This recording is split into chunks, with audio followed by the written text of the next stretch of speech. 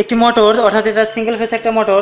তো এই মোটরটি অনেক সময় অনাকাঙ্ক্ষিতভাবে বডিতে কারেন্ট চলে আসে, অর্থাৎ মোটরটি ক্ষতিগ্রস্ত হয়ে যায়। তো আমি এমন একটা প্রোটেকশন দিয়ে দেবো, অর্থাৎ রিলে দিয়ে। এখানে দেখেন একটা রিলে আমার হাতে আছে।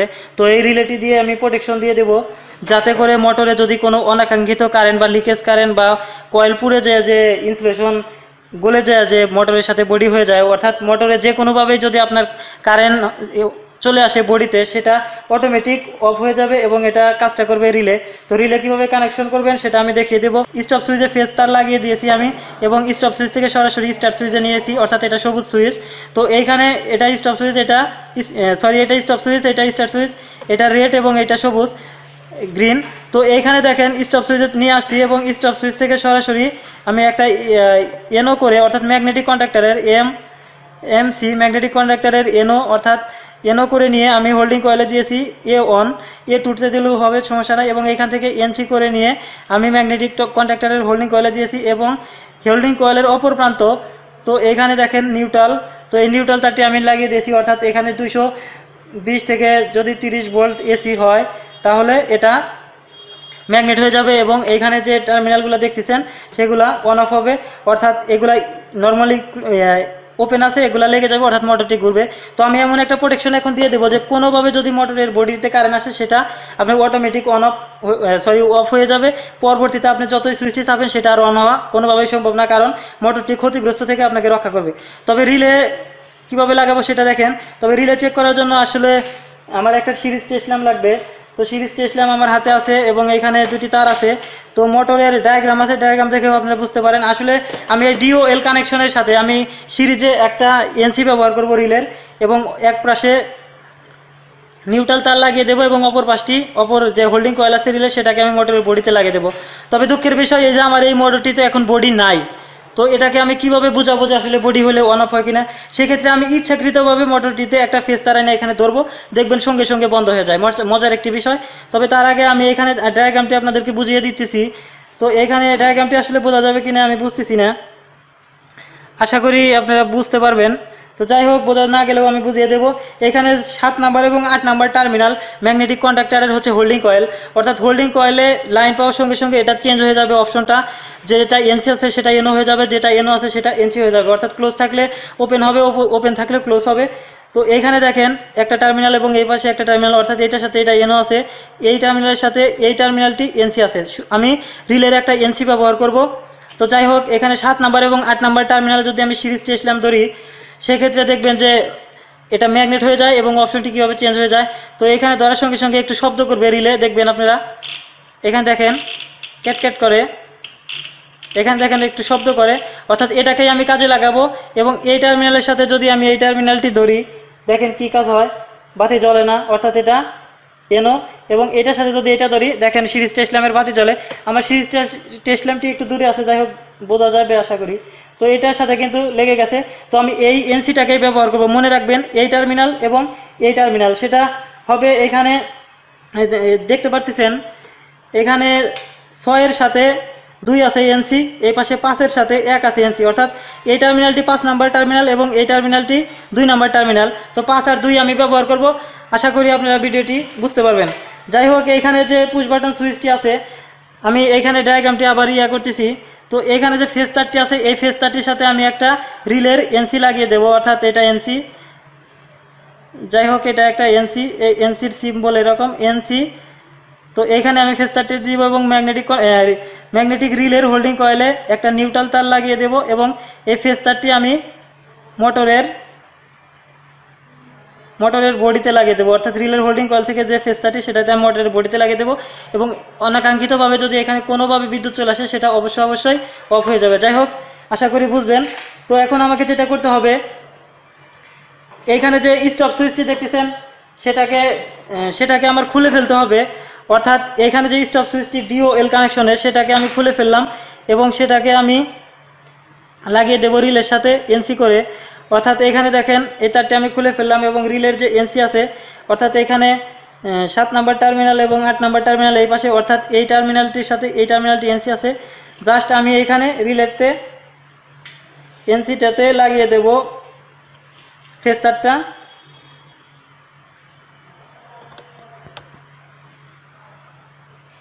তো এই ফেস তারটি কিন্তু আমি এই রিলেতে লাগিয়ে দিলাম এবং আর একটি তার দ্বারা ওইখানে পুশ বাটন সুইচে লাগিয়ে দেবো এনসি করে। যাই হোক এই রিলেতে লাগিয়ে দিলাম এবং এখানে রিলের বেসটি কিন্তু আলাদা করতে পারবেন আপনি, এটা খুলে নেওয়া যায়। যাই হোক আমি খুলে নিলাম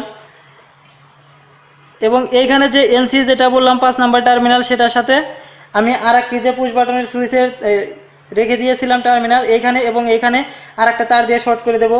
সেক্ষেত্রে আমাকে অবশ্যই আর একটা ফ্লেক্সিবল কেবল নিতে হবে। আমি এই কেবলটি নিলাম। তো এই কেবলটি আমি রিলের ওই টার্মিনালটিতে লাগিয়ে দেবো এবং একটা পুশ বাটন সুইচের স্টপ টার্মিনালে লাগিয়ে দেবো।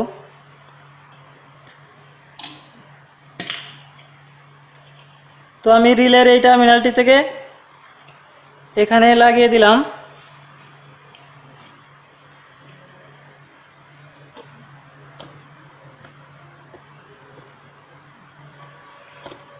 তো রিলের এনসিতে আমি লাগিয়ে দিলাম, এটা 5 নাম্বার টার্মিনাল।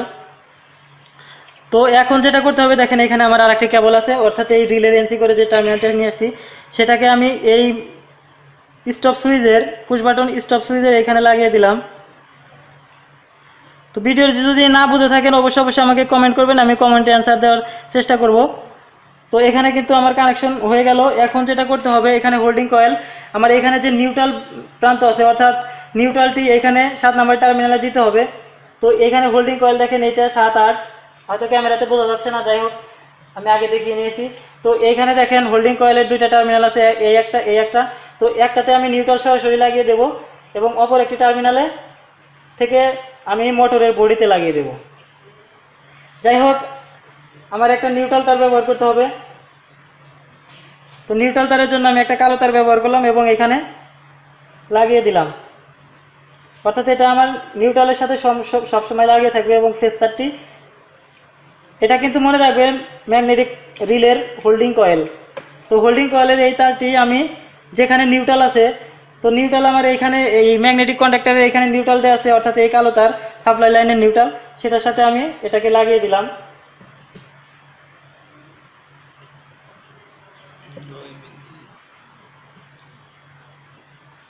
তো এটাকে লাগিয়ে দিলাম। এখন তোর রিলের হোল্ডিং কয়েল থেকে ম্যাগনেটিক কন্ডাক্টরের যে নিউট্রাল প্রান্ত ছিল সেখানে কিন্তু আমি লাগিয়ে দিলাম। এবং এখন যেটা করব রিলের যে হোল্ডিং কয়েল আছে সেখানে একটা ফেস তার আমি মোটরের সাথে লাগিয়ে দেব। তো সেক্ষেত্রে আমার অবশ্যই একটা আমি লাল তার ইউজ করলাম। তো এখানে রিলের যে হোল্ডিং কয়েল সেখানে আমি এটাকে লাগিয়ে দেব এবং এই তারটি মোটরের সাথে লাগিয়ে দেব। এবং সে থেকে যদি মোটরে কোনোভাবে বডি হয়ে যায় অবশ্যই মোটরটি অফ হয়ে যাবে এবং আর চলবে না যতক্ষণ না পর্যন্ত বডি থেকে কারেন্ট সরানো হয়।